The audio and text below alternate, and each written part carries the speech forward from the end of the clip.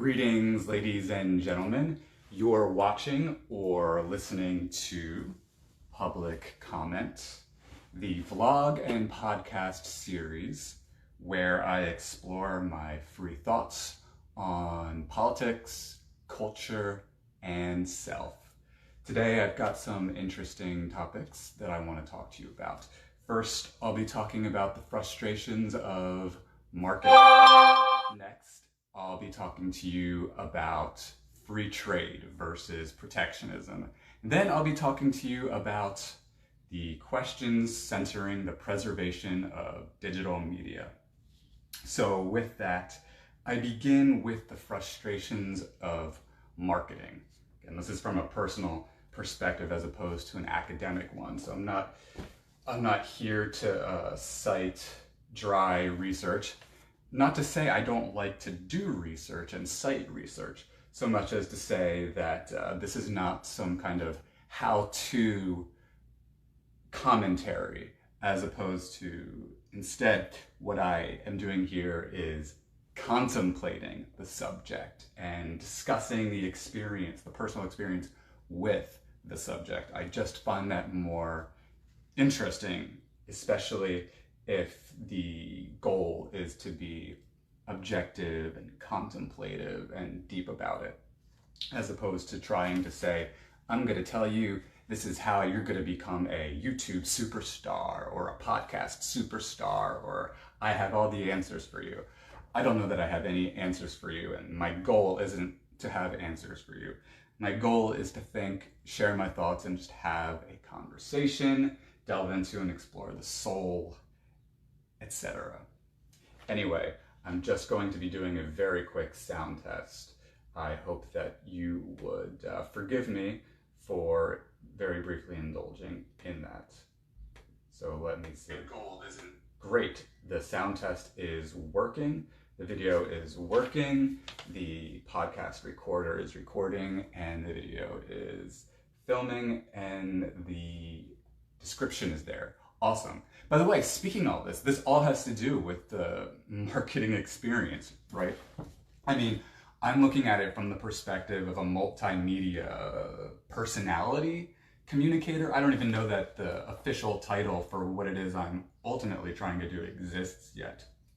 I think part of the whole point here is that I'm trying to be an innovative person.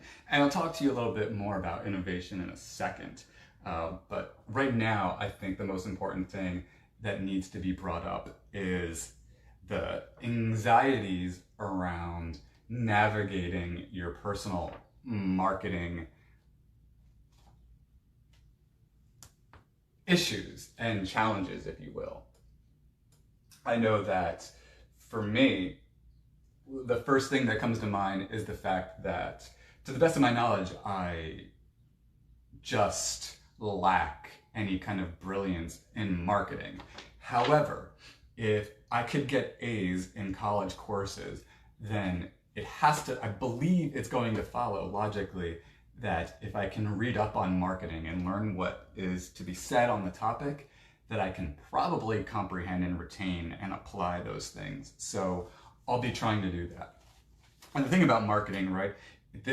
Anybody can relate to marketing, because marketing has to do with more than just, well, this is your big business enterprise that you're trying to sell to the world, right? It has to do, ultimately, each of us, with trying to figure out how in the world we're going to make money. And I tell you, the whole money thing frustrates me. I have a lot of complicated, I would say, views on money. The most frustrating thing for money, the way I understand it, is that what's that line by Bob Dylan? Money doesn't talk, it swears, obscenities, who really cares, propaganda, all is phony. Money corrupts a lot of people. I'm not saying money is inherently a corrupting entity. I'm not saying that money is inherently bad. I'm not saying that we shouldn't be significantly motivated by money or profit. However, it's pretty blatantly obvious through the story that is the history of humanity that money and resources, exchangeable, tradable resource, this for that, and the desire to have it makes people rather crazy often. I'd say that in terms of the 3 or 4 or 5 most blatant examples of how deeply money has corrupted presently corrupting our society today, right? We've got the people who make weapons. It's in their interest, either for the country or a number of countries, to be engaged in some kind of military conflict. There's incentive for them to see that happen. Now, I'm not saying that every person in the realm of weapons production is therefore trying to incite some form of military conflict, but you could see the temptation, can't you? And we'd understand how psychologically they could fall into that trap, couldn't we? Number 2, I would say, similarly, people who manufacture guns, and therefore the people who are entrenched in the NRA. Specifically, in this climate where guns are just losing their popularity, or if not technically losing their popularity, certainly the polls do indicate, to the best of my knowledge, that people are, shall we say, not in love with gun policy as it is. I believe an overwhelming majority based on, and I am doing a bad thing and not having the information directly on me to cite, but I believe just about every survey I've ever read on gun policy reveals that people want significant change in gun control policy that in some way, shape, or form curtails the access to guns. I see like this little spot on the corner of my screen, so I've got to move this ever so slightly, and I ask that you forgive me. I hope you'd be willing to forgive me for that distraction. I am a perfectionist, you know, and I still see it's there, and it's very annoying. Let's see, I'm just watching my monitor here to see if that fixes it. Yes, that appears to be fixed. So I apologize for that interruption. So arms producers and dealers, and even just gun producers and dealers in general, it would seem that, as opposed to specifically gun dealers, I think, or gun manufacturers, there is this like disconcerting thing where we're not seeing any effort on their part to have any kind of reasonable advances in gun control or efforts to stop guns from falling in the hands of mentally unwell people who clearly want to obtain guns and harm as many people as they can. This is problematic. This is a perfect example of people who clearly have money on their minds as opposed to, like, you know, the well-being of individuals. So, I mean, this is a philosophical issue that's always on my mind when I'm thinking about trying to move forward and advance in life and make money. I don't want to be corrupted by the desire for money. On the other hand, I do want money and I don't hate money. Other industries, though, that concern me with respect to how money would appear to influence them. The health insurance companies and the pharmaceutical companies. How is it? How can it be, for example, that say your doctor says you need medicine A, and the doctor writes a prescription, but then the insurance company says, not gonna cover it. We're gonna say that you can have a similar medication, not quite the same, the generic or some different, very similar but not quite that medicine, except for whatever reason your body only responds appropriately to that particular medicine. But the way the law currently is today, the insurance companies can get away with that. And what's the problem here? Obviously, something is interfering with them having more interest in your well-being and our well-being, and it would appear to be money. right? As Bob Dylan said, money doesn't talk, it swears, obscenity. Who really cares? Propaganda, all is phony, right? Definitely a question that one wants to have. So what's going to happen with these insurance companies? And I think it's a question to ask here. What are their motivations like? What goes on with them? To what degree do insurance companies and pharmaceutical companies, to what degree is all of their marketing and all of their attempts to get our money literally nothing but a desire for money versus a desire to actually provide quality insurance coverage? And isn't it interesting that certainly they are suffering from an utter failure from a public relations point of view to communicate to the world that in fact they actually do care about our well-being. I mean, it's amazing that they would appear on the surface, as I look, that cocky and that comfortable in their money that they don't even feel they need to lobby. Lobby isn't the right word. They don't even feel that they need to undertake some kind of serious public relations campaign from where I am.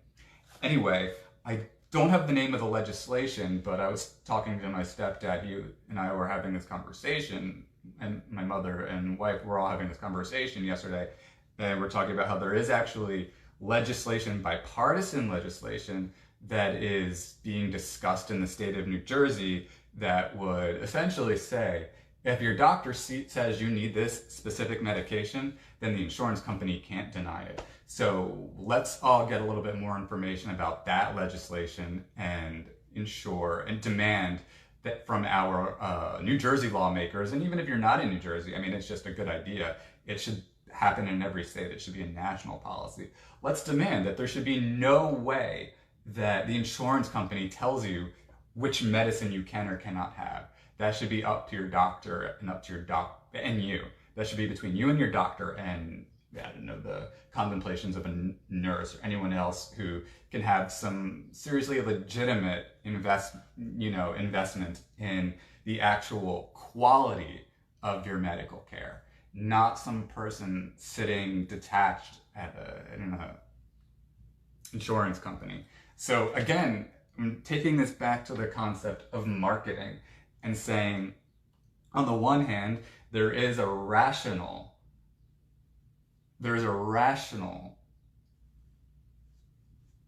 justification, in my belief, to desire money and to pursue money and profit. But we have to have serious conversations about how desire for money is corrupting our productivity and our presentations of that which we produce. I would say other industries, I think this goes without saying, but politics, the amount of money in politics and how money has forever, I think, disturbed the good thought and feeling that we could have about politics has been an issue.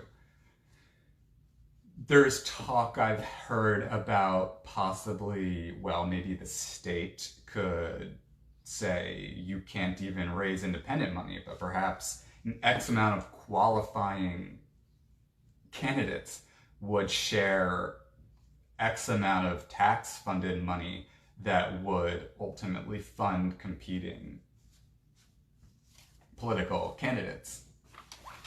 That's a conversation to have. Surely, when it's so simple, when it's so blatant, right? When a politician, for example, has a stated opinion or something that they claim that they're about, and then they're elected into office, and then all of a sudden, money gets into their hands, their campaign, and we see the industries that it's tied to, and we see how utterly and deeply money, in fact, and megalomania and re-election desires actually motivates their work and their activity as opposed to doing the right thing, ethics, integrity, etc. This is disconcerting and it's unacceptable. Were there any other industries that were really disturbing me? I mean, I would be a little bit concerned also about the oil industries and the energy industries, because on the one hand, they've got oil and they can sell it. And it's going to be easier for them now to sell that, as opposed to whatever things they can do, whatever activities they can undertake to make, say, oh, I don't know, electric energy and other forms of energy something that is going to become more accessible. I do understand that there are certain activities underway for them to do that, but obviously the incentive is not for them to go all in on that.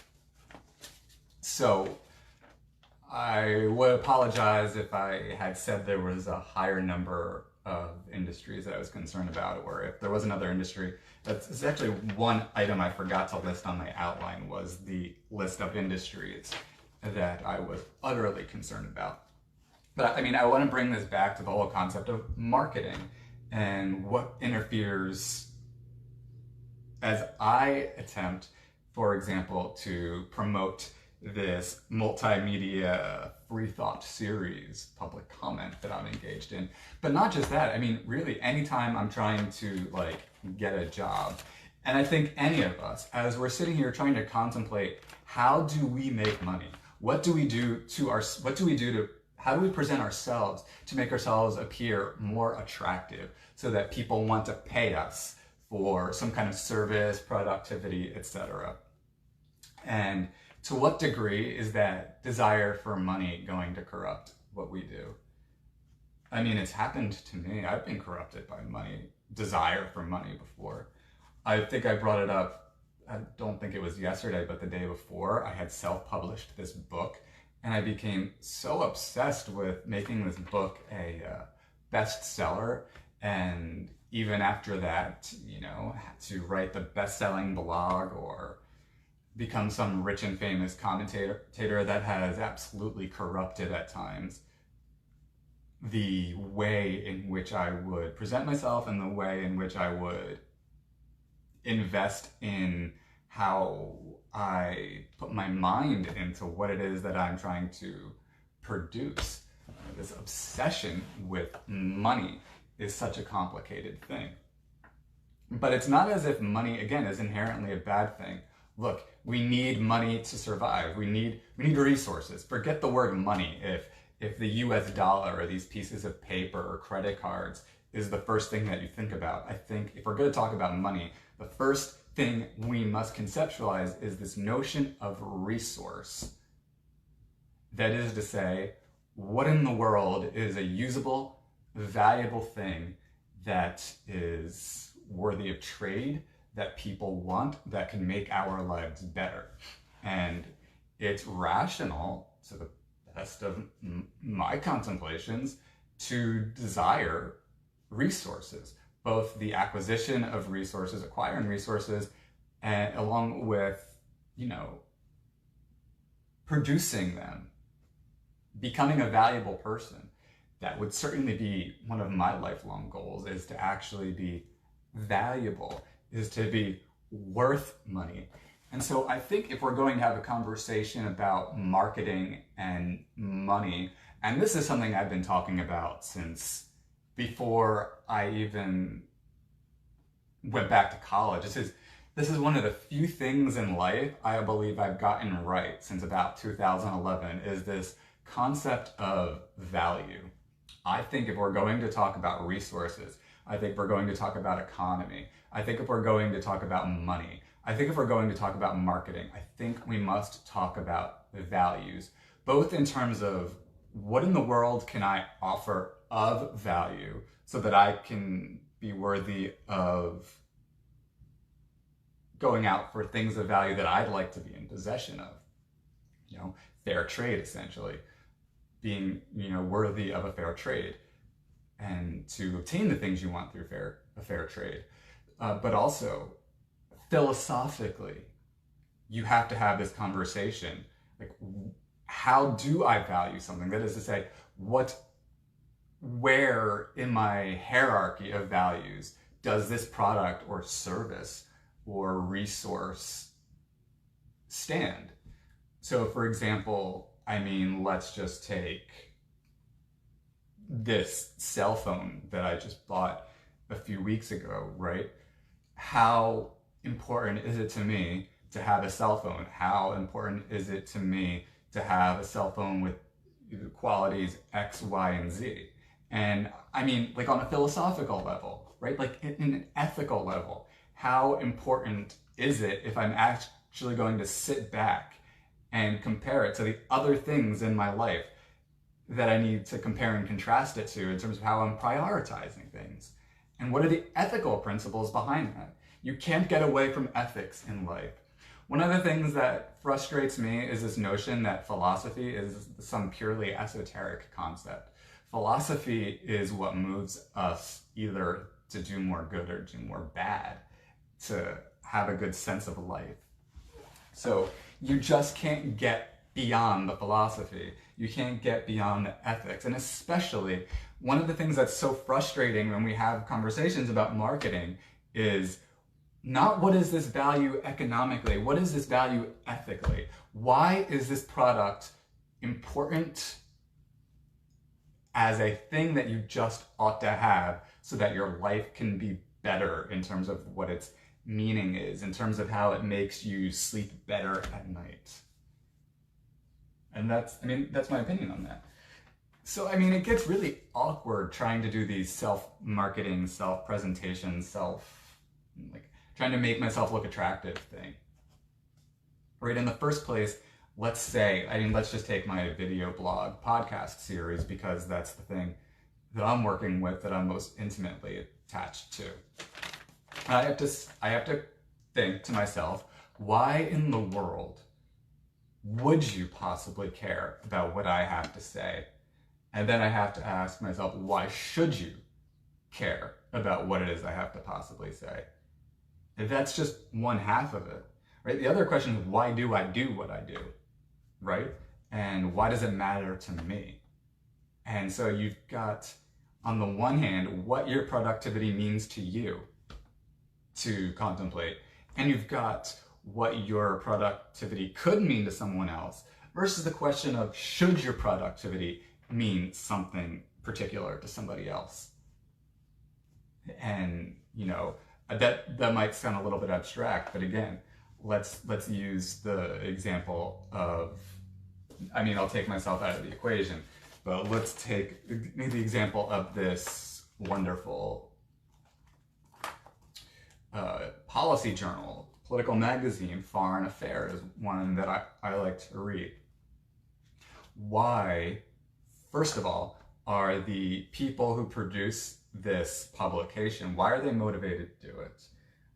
It would seem that they're motivated because they care about having constructive political dialogue, right? Why should you care?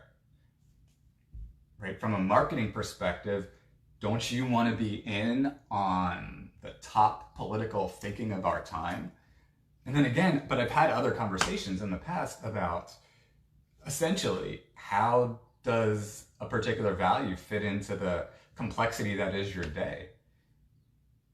And we have this conversation about, well, now our society is a niche society, right? So how much does politics actually matter to you versus people who are policy wonks, versus people who just, it's part of their daily thing, their daily routine, to make sure they spend an hour or so trying to get a little bit more informed. So that adds to the complexity. That is, you have to ask yourself, to what degree is your effort ultimately going to be concentrated on this whole niche economy concept, where you just say, okay, these are my interests, and now I'm just going to go find other people who have my interests and say, maybe they want to pay to have me contribute in this realm of our interests. Right, let's take the example. So I'm interviewing for a job tomorrow. I'm interviewing to help in the realm of health policy. And so I've got to say, okay, here's an organization of people who care about moving forward, advancing nonpartisan health policy in the state of New Jersey. So I've got to prove that, right, in a real niche kind of way, that I am qualified to produce what they want. So there's that whole concept of marketing, like super targeted, versus the well, let's like take social media, let's take your Facebook newsfeed, right? You want to make the most out of the fact that you can reach a lot of people. So you think to yourself, what can I do? What can I say? How can I present myself in such a way that people will find this attractive enough that they want to pay at the very least some mind to it, but perhaps even a more significant amount of time, or at the end of the day, money. What are people going to be willing to look at and say, oh, that's something that I want to pay money for? And how does that motivate the way that you, again, the way you present it? To what degree is what I write on my Facebook newsfeed about this video blog going to be motivated by how I hope that it's merely a successfully marketed move? And I'm not going to lie to you, that makes me uncomfortable. Because to me, it takes away, in a sense, it takes away from the authenticity of communication. But then again, I have to reconcile this with the fact that if you want to succeed in life and you want your efforts in life that you feel most passionate about to receive attention, then you have to believe in them, and therefore you have to present them with a kind of marketing attitude. Do not. So that's something that is, I realize, a conversation to have, standing up for yourself and believing in that which you produce. And the conflict between that and,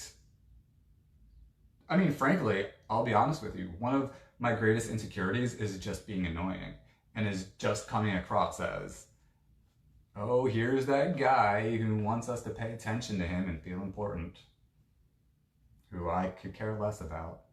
And I have this terrible insecurity as coming across as that person. Of course, if you ask me like what motivates why I'm doing what I'm doing and how do I want to present it, to me it's really cut and dry. And it was best articulated in a conversation I was having with my mother and stepdad and wife yesterday when we went out to dinner. But my mom really put it well when she was talking about Howard Stern and talked about how, the guy succeeded. The guy was so meaningful because it was his determination to make a living saying whatever the hell he wanted. And that's really where, that's my interest, is saying what I want. Being able to say whatever I want. I'll tell you, nothing frustrated me more in my applications to creative writing programs than the discovery that ultimately creative writing is not, as it turns out, synonymous with free thought, which is what I thought it should have been, which was why I was so attracted to it, because I thought creative writing and free thought were the same thing. And if you ask me in life what interests me more than anything in the entire world, it is free thought. And I'm just being blunt with you. And that's not marketing or anything other than simply understanding a sense of purpose. And more on that in a second, or more on that shortly, by the way. And you ask yourself, like, how do I market that concept of free thought? And I can only say this, like this is how I'm thinking of it now. And I think I'm not one to really give advice on these kind of things, but I'm wondering if you're out there wondering, how do I stand up for my entrepreneurial thing or mode of productivity or service? I think it comes back to, like, really, why are you motivated? That is to say, to me, the value of sharing preserved free thought is this ability to navigate through a world of extreme information overload and bombardment. That would be part of it. Another is the fact that it often just feels like everyone is actually trying to get some kind of control over you. Sometimes not on purpose, sometimes not in a way that is belligerent, but right, everybody is trying to market. Everybody is trying to say, pay attention to me, buy my thing, listen to me, tell me how cool I am. That's just the kind of, I mean, I think to a degree that's just how people are, right? If you read Friedrich Nietzsche, I think one of the most valid points he makes, one of his greatest insights into human psychology, the will to power concept, that ultimately humans want to feel powerful. Ultimately, humans are motivated, perhaps, I think Nietzsche would argue, they're motivated by that which makes them feel at their most powerful. Thus, I've always liked to contemplate, for example, the perspective of, let's say, the porn actor or porn actress. And would it be the case that the person who's engaging in porn, for whatever reason it may be, at the end of the day, they perceive that as that mode of productivity, that mode of activity where they feel the most empowered? And I'm not putting any moral judgment or lack thereof into that contemplation, except to say, again, do we do at the end of the day what makes us feel most powerful? And so does your marketing and productivity, does part of it have to center around your ability to say, here's how what I do can empower you more? And so I have to ask myself, if hypothetically that's something to do with it, how does the Sean O'Connor video blog and podcast series possibly empower you? Oh man, I don't have that much self-esteem yet. What I can say, though, one thing I'm comfortable saying about myself is, like Howard Stern, I have, for the first time in my life, finally reached a point where I can say whatever the hell I want to say, and I can think freely. And truly engaging in free thought has taken me 33 years. It has taken me 33 years because there's always been someone else's notions of how to do something that I felt at times sort of too submissive to. Whether it's someone's idea of what creative writing was, or someone's idea of what philosophy was, or what people in those realms should do. Or even when I ran for political office, even when I, during my libertarian phase, I was told what a libertarian was supposed to be. And my own notions of how to adapt libertarianism were rejected by pretty much everybody. During my Republican phase, I didn't really get along with, ideologically, I didn't really see eye to eye so much with any of my fellow Republicans at the time. I can say it is nice during this Democratic phase of my life where I imagine, unless the Democratic Party sort of splits and changes, I can't imagine I will be shifting in that respect otherwise. But again, one of the things that I enjoy about the Democratic Party is I do find that there is a lot of openness for discussion and free thought. And that's one reason I feel so comfortable with the Democratic Party. Right? So how does my free thinking empower you? No, your free thinking is going to empower you. Let's be clear about that. But the point is that it enables you, in my opinion, to just sort of ride this stream that is literally independent of anything other than that desire for freedom, self-determination, sense of self, and the self as it delves in and out of the various aspects of life as it wants to. I mean, I would call free thinking like just thinking constructively to a degree, but I think that there's a lot to be said about the concept of free thought, and there will be more about that I do in the future. I just found a free download of an essay by Bertrand Russell. It's called On the Value of Free Thought. I will be delving into that more.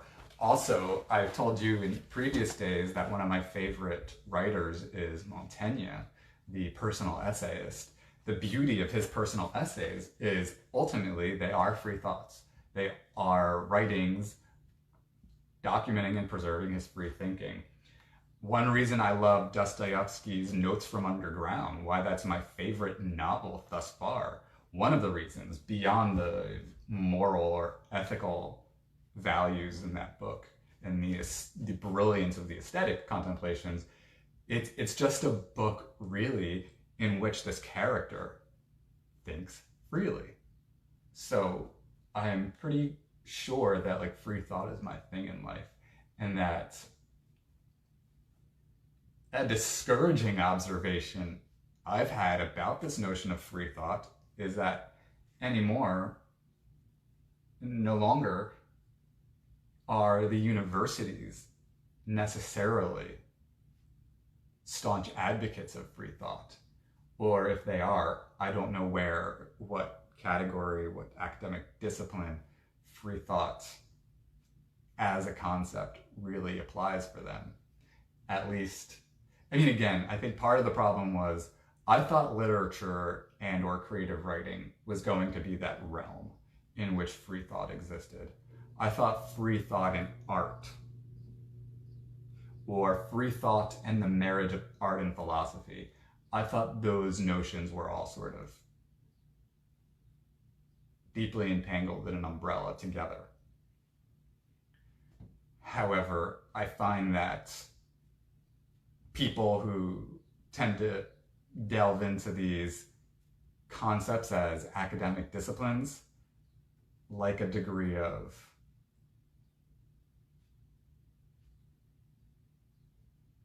I want to say complicated, orthodox-like conventions. I mean, even in the way philosophy is taught, as I understand it, having read through numerous textbooks, being in the possession of them, and having done my own autodidactic studies of philosophy now for over 10 years. I guess it's something I've been doing, I first started really in undertaking my studies of philosophy at 22. So it's been about 11 years. And one thing I've observed in the teaching of philosophy is that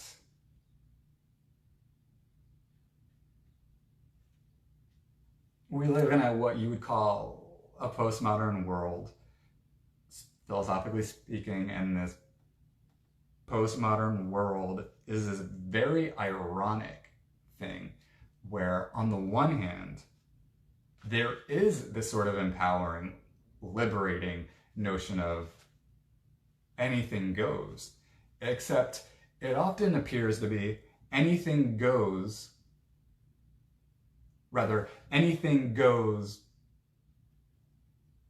as the chiefs of the discipline say so.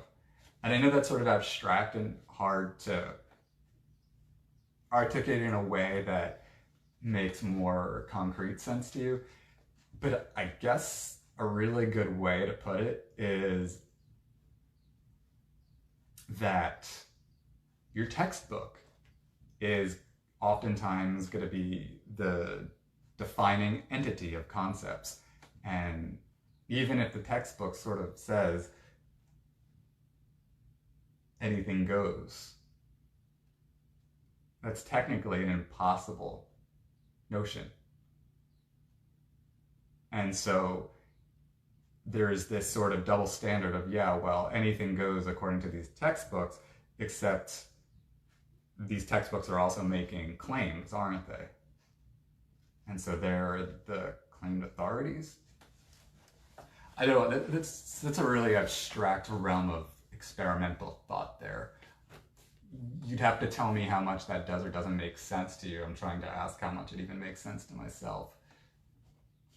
That's one of the risks you run when you think freely out loud, is you might just end up saying something that doesn't make sense, or that you regret saying, or that was based on a major contradiction, or that lacked any kind of solid factual basis.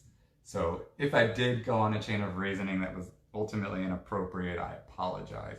I think this will be something that I want to listen over, watch over, and think a little bit more about. But I mean, I would just give you one other example, I think.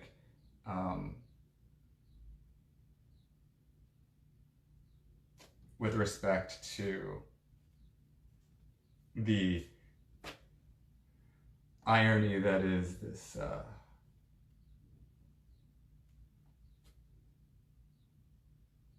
thing that we call free thought as something that has to go beyond academia.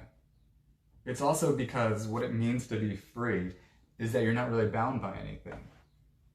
But I think you also can't be dogmatic even in your skepticism. And I guess that's what I was really trying to articulate.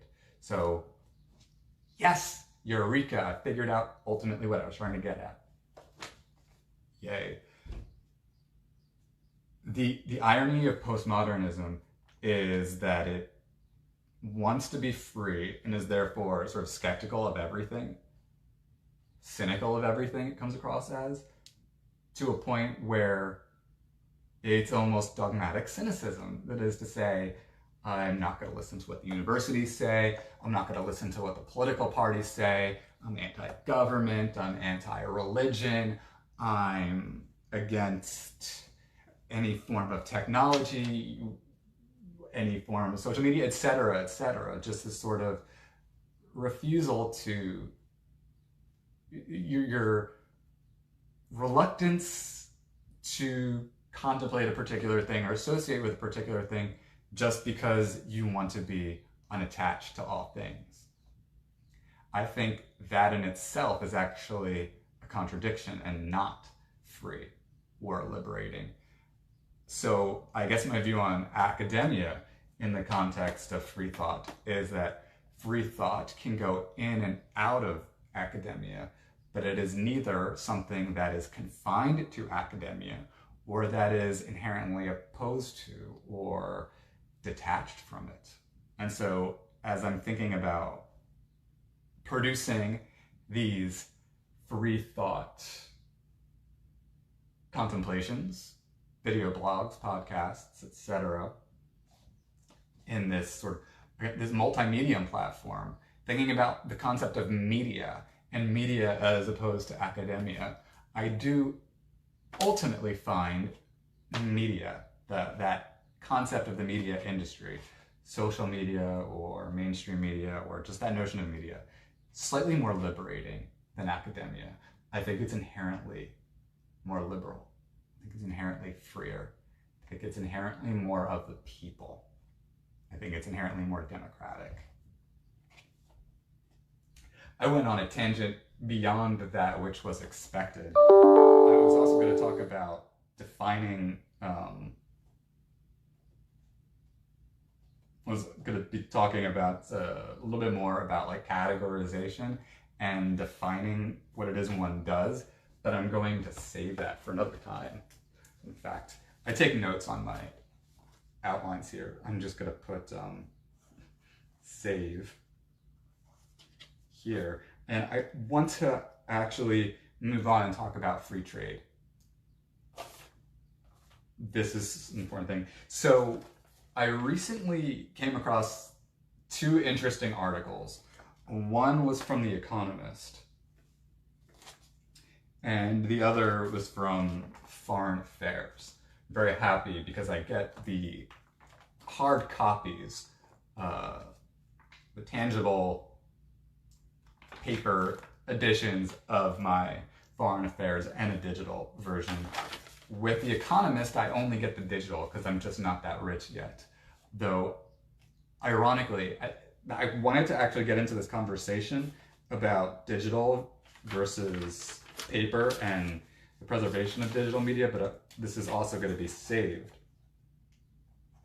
Because I ended up talking a little bit more about free thought than I did on these other concepts. But so, like, freedom has been the theme of the day, hasn't it? Freedom and economy. So this first article from The Economist, published June 27th, 2018. So it's just short of a year old. The name of the article is "What is the Future of Free Trade?" So it's a kind of meditation or examination, exploration of certain aspects of free trade versus protectionism. And though there are numerous aspects of the article I could talk about, because there's actually more I want to talk about in the Foreign Affairs article than the Economist article, but I do want to bring to your attention one very interesting fact that this Economist article did bring up. So, and I would need to confer with you, the experts and other media out there, as to the most updated version of this observation. But it was pointed out in this article that as of last June, Mexico shipped about 80% of all imports to the United States, but noted that Mexico is absolutely trying to diversify, specifically looking into South America to buy beef and soybeans, and also Mexico looking into the Trans-Pacific Partnership trade agreement, which the United States under the Trump administration is not currently a part of. And this raises a question, a sort of type of what if question for, I think, to have you meditate on a bit. What if Mexico does continue to diversify? And what will that mean for the US economy? And while there is that question in terms of what kind of impact it might have on jobs, what it might have, impact it might have with respect to prices on things we pay, there's the sort of immediate impact questions. There's also the broader context question. What does this have to do with an economy that's evolving in other ways? And what about the philosophical questions? And this is where I get into this Foreign Affairs article. We're going to get very philosophical here and talk about free trade versus protectionism and some of the implications of free trade. And I thought this article just explained it really well.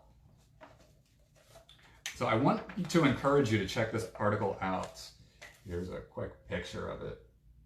This is obviously not the online version, but it's called The Free Trade Paradox: The Bad Politics of a Good Idea by Alan S. Blinder.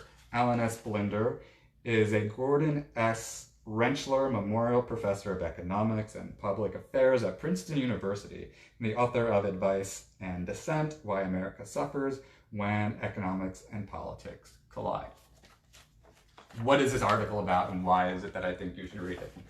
So, the title itself is actually puts it really well, right? The title is The Free Trade Paradox, and the subtitle is The Bad Politics of a Good Idea. Well, the whole point of this article is that while free trade looks bad, or sounds bad, or can come across as politically unappealing to the superficial thinker, or the person who just isn't schooled or investing thought in the more objective aspects of policy analysis, it would turn out that, in fact, as this author, as this professor argues at least, that free trade is actually a very good idea for the economy, even if it doesn't appear so, and even if actually fighting against free trade is, objectively speaking, often beneficial for politics. So that's sort of what the article contemplates. I think the first thing that I want to do is just read to you the few things that I highlighted because they were extremely interesting to me.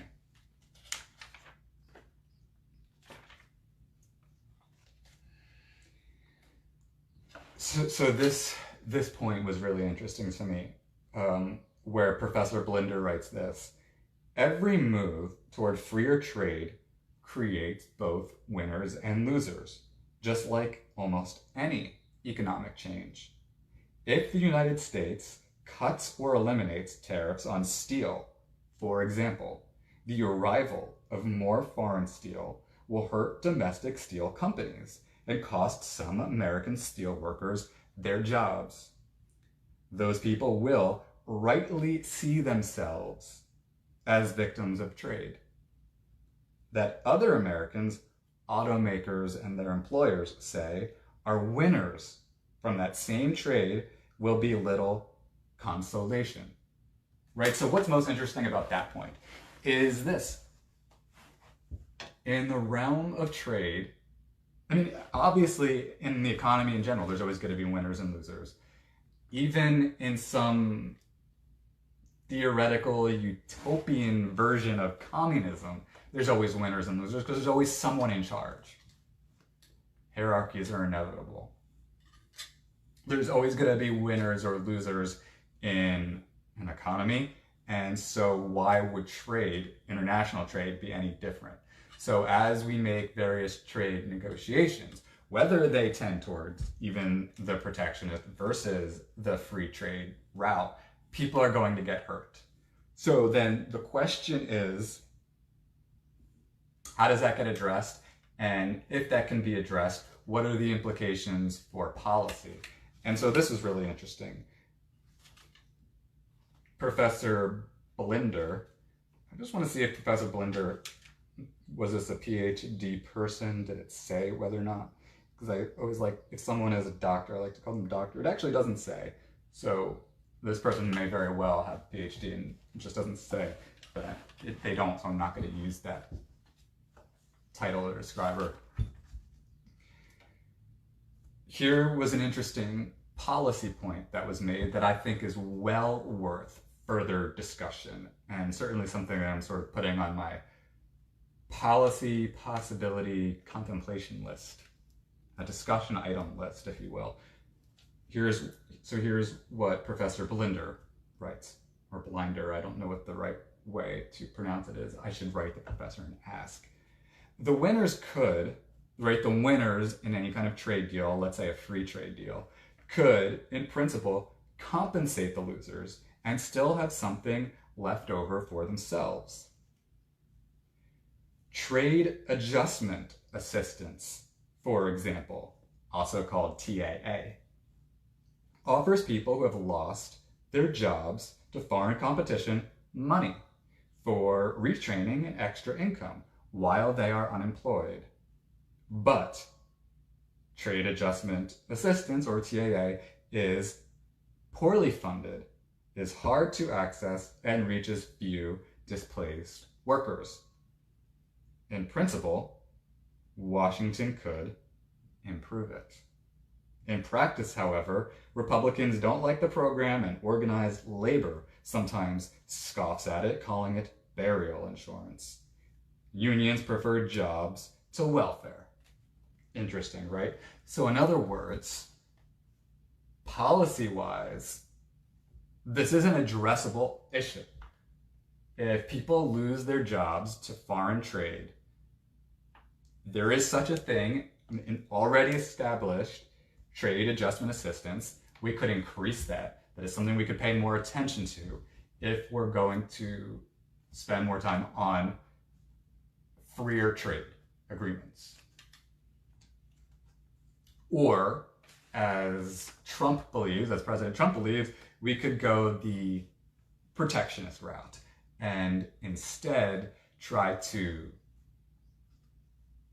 come to trade deals which put taxes or tariffs or quotas or some kind of impediments on foreign competition coming into the country, and therefore prop up the businesses domestically in the United States. And so this article then goes into a sort of second phase of discussion on this topic and talks about a kind of hypocrisy or irony here. I dropped my bookmark here. So this actually, I forgot to highlight, I guess. I should have, though. Here we go. So this is interesting and worth noting as well. How are we on time? Okay. This is going to be one of those to be continued issues, or something that we talk a lot about in the future.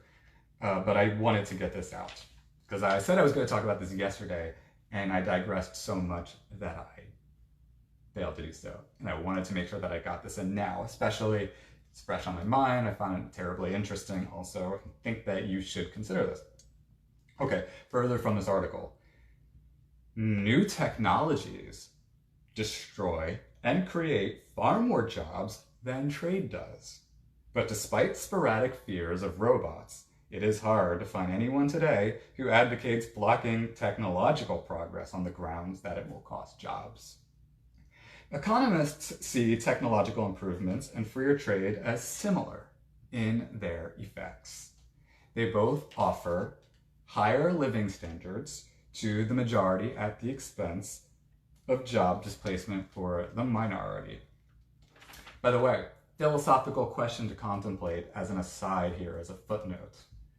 To what degree would contemplating, therefore, the implications of this trade debate put free trade on the side of utilitarian philosophy? Just a question to throw at you for something we might want to talk about in the future.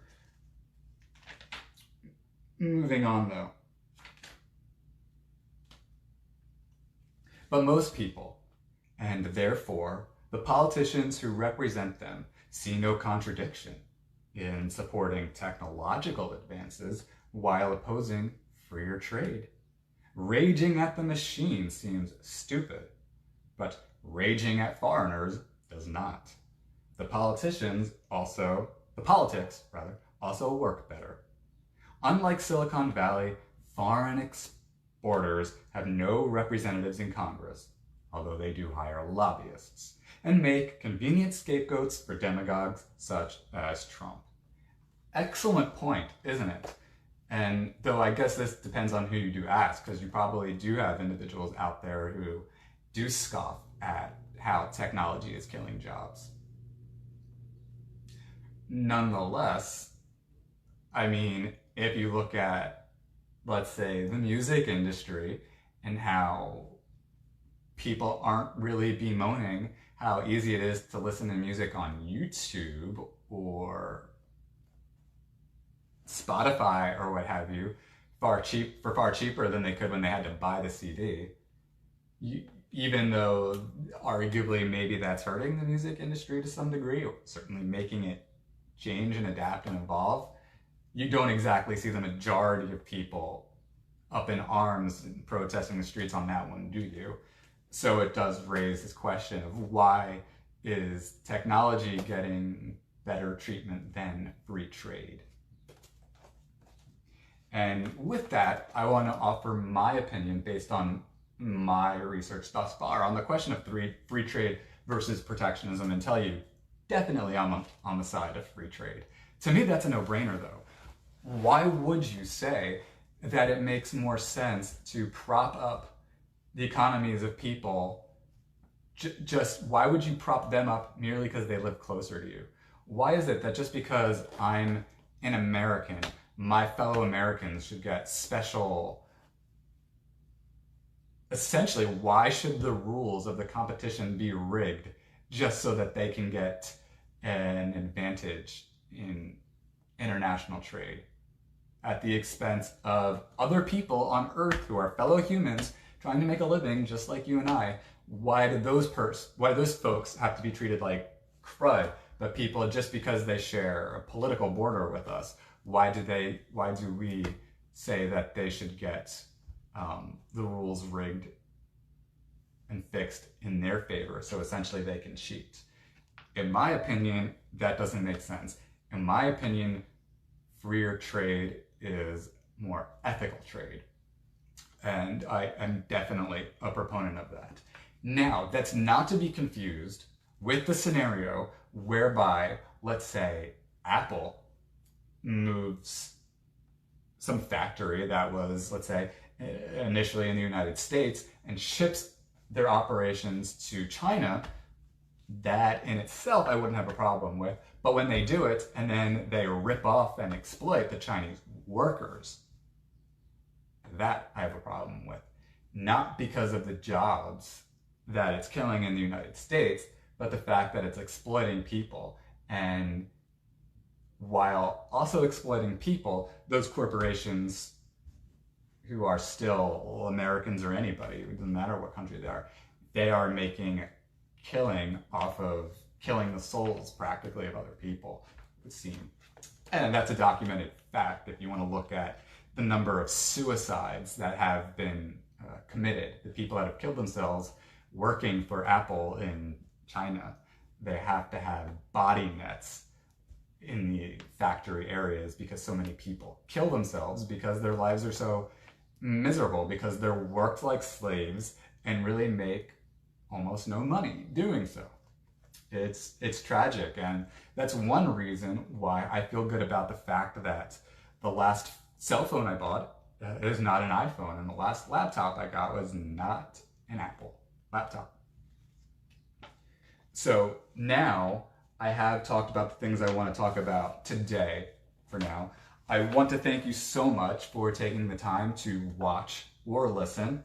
And I do want to remind you that there are multiple ways to access public comment. You can watch the video blog, you can watch it on Facebook, you can watch it on YouTube, or you can go to publiccomment.blog, where you can also listen to the podcast if you prefer. And you needn't necessarily station yourself at publiccomment.blog to listen. You can go to Spotify, you can go to iTunes, you can go to Stitch. There's a variety of podcasting platforms you can listen on if that's your preferred medium of engagement with the public comment, free thought multimedia series. And I also want to say that if you did enjoy this, I hope you'd share it with your friends and that you'd agree with me that it would be cool if this were a money-making endeavor. And if you were therefore inclined to help me out with that, certainly I would be appreciative. And I don't want money to be the end-all of things. So if not, that's really quite fine, because you just can't convince everybody of these things. So thank you. I will be chatting with you again soon. By the way, in general, if you have any thoughts, if you have any questions, anything that you want to articulate, as long as it's not destructive, trolling type of a thing, please feel free to leave comments. You can make comments on my social media, on Twitter as well, or you can email me at sean.publiccomment@gmail.com. You can Facebook me, you can leave a comment on the blog. There's various ways to reach out. If you're interested in a collaboration project, you'd like to participate in a dialogue of some sort, I'm always interested in those kind of things too. Thank you again for your time. Have a wonderful day. I look forward to chatting with you again soon.